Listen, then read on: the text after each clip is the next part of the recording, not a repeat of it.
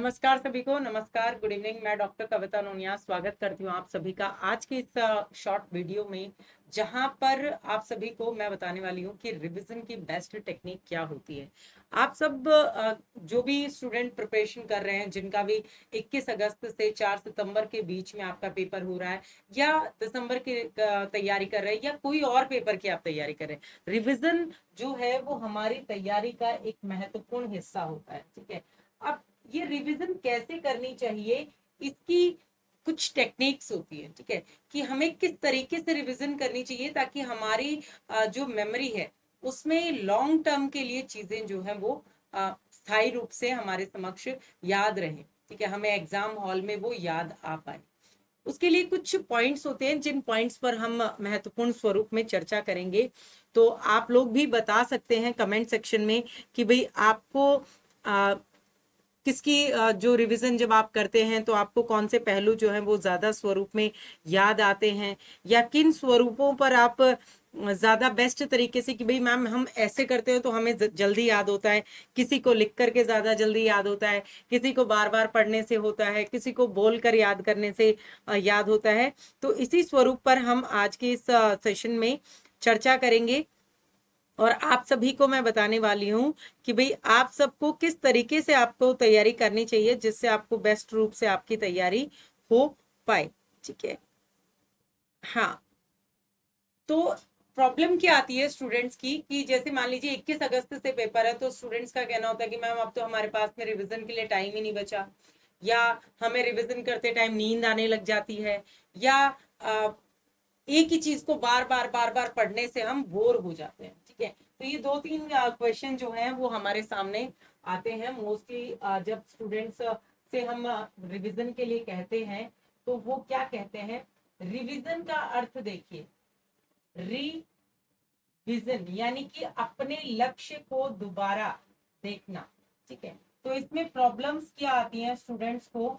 Students कहते हैं कि मैम हमारे पास में हम जब स्टडी करते हैं तो स्टडी करते टाइम हमारे पास रिवीजन के लिए टाइम नहीं बचता, टाइम नहीं होता रिवीजन के लिए। रिवीजन के लिए हमारे पास टाइम नहीं बचता, ऐसा कहना है। दूसरी प्रॉब्लम आती है कि मैम एक ही चीज को बार बार पढ़ने से, बार बार पढ़ने से बोर हो जाते हैं। ठीक है, ये क्वेश्चन होता है। तीसरा कि रिवीजन करते टाइम नींद आने लगती है, आती होंगी, या आपको अगर और कोई समस्याएं आती होंगी तो कमेंट सेक्शन में जरूर शेयर कीजिएगा कि आपको क्या प्रॉब्लम्स आती है। ठीक है, तो ये तो है आपकी प्रॉब्लम, और हर प्रॉब्लम का क्या होता है, सॉल्यूशन होता है। ऐसी कोई भी चीज नहीं है जिस प्रॉब्लम का सॉल्यूशन ना हो, यानी कि कुछ भी असंभव नहीं है, कुछ भी इम्पॉसिबल नहीं है। इम्पॉसिबल का अर्थ अपने आप में ही है आई एम पॉसिबल। तो यहाँ पर आप देखेंगे क्या कि जो रिवीजन है उसके टाइम को आपको कैसे बांटना है, कैसे डिवाइड करना है। सबसे इम्पोर्टेंट चीज जो है कि जो भी, क्योंकि हम बात कर रहे हैं आपके नेट की अकॉर्डिंग, तो आपके पास में थ्योरी सब्जेक्ट है जिसको आपको डिटेल में पढ़ना होता है। और तो जब आप पढ़ें, ठीक है, तो जब आप पढ़ रहे होते हैं, अपनी स्टडी कंटिन्यूटी कर रहे होते हैं, तो मार्क करिए। ठीक है, उसी समय पर। रिवीजन का ये मतलब नहीं होता है कि आप एज इट इज सारी चीज को दोबारा पढ़ेंगे, कि भाई आपने आपकी जो फर्स्ट यूनिट जब आप पढ़ी थी तो आपने 20 पेज पढ़े थे। ठीक है, तो 20 पेजों को दोबारा नहीं पढ़ना है, रिवीजन का ये मतलब नहीं होता। जब आप मार्क करेंगे, ठीक है, मार्क कर लीजिए चीजों को, अंडरलाइन कर लीजिए। ठीक है, जो भी आपको उसमें इंपॉर्टेंट लग रहा है तो उसे अंडरलाइन कर लीजिए। अब वो जो अंडरलाइन थॉट्स है, मान लीजिए वो आपने 20 पेजों में से 10 पेजेस के अकॉर्डिंग, या 7 पेजेस के अकॉर्डिंग, 5 पेजेस के अकॉर्डिंग जो है वो आपने अंडरलाइन कर लिया जिन थॉट्स को। वही थॉट्स आपको जब रिवाइज करेंगे तो उन्हीं थॉट्स को रिविजन आपको करना है। ठीक है, तो ये आपके फर्स्ट इसका कि भाई आपको टाइम नहीं मिलता वाली जो चीज है वो इसलिए होती है क्योंकि आप पूरा पूरा नहीं करना है। यूनिट 1 अगर आपने 20 पेजेस में अपने नोट्स के अकॉर्डिंग तैयार की हुई है तो उसकी अंडरलाइन चीजों को याद करना है। अब आप कहेंगे मैम उसके लिए पेजेस तो वैसे ही पलटने पड़ेंगे। उसके लिए आपको क्या करना है कि एक ही चीज को बार बार पढ़ने के बजाय, जब आप अपने लॉन्ग नोट्स से पढ़ रहे हैं और उसके बाद में 2 बार पढ़ने के बाद में आप क्या बनाए, शॉर्ट नोट्स।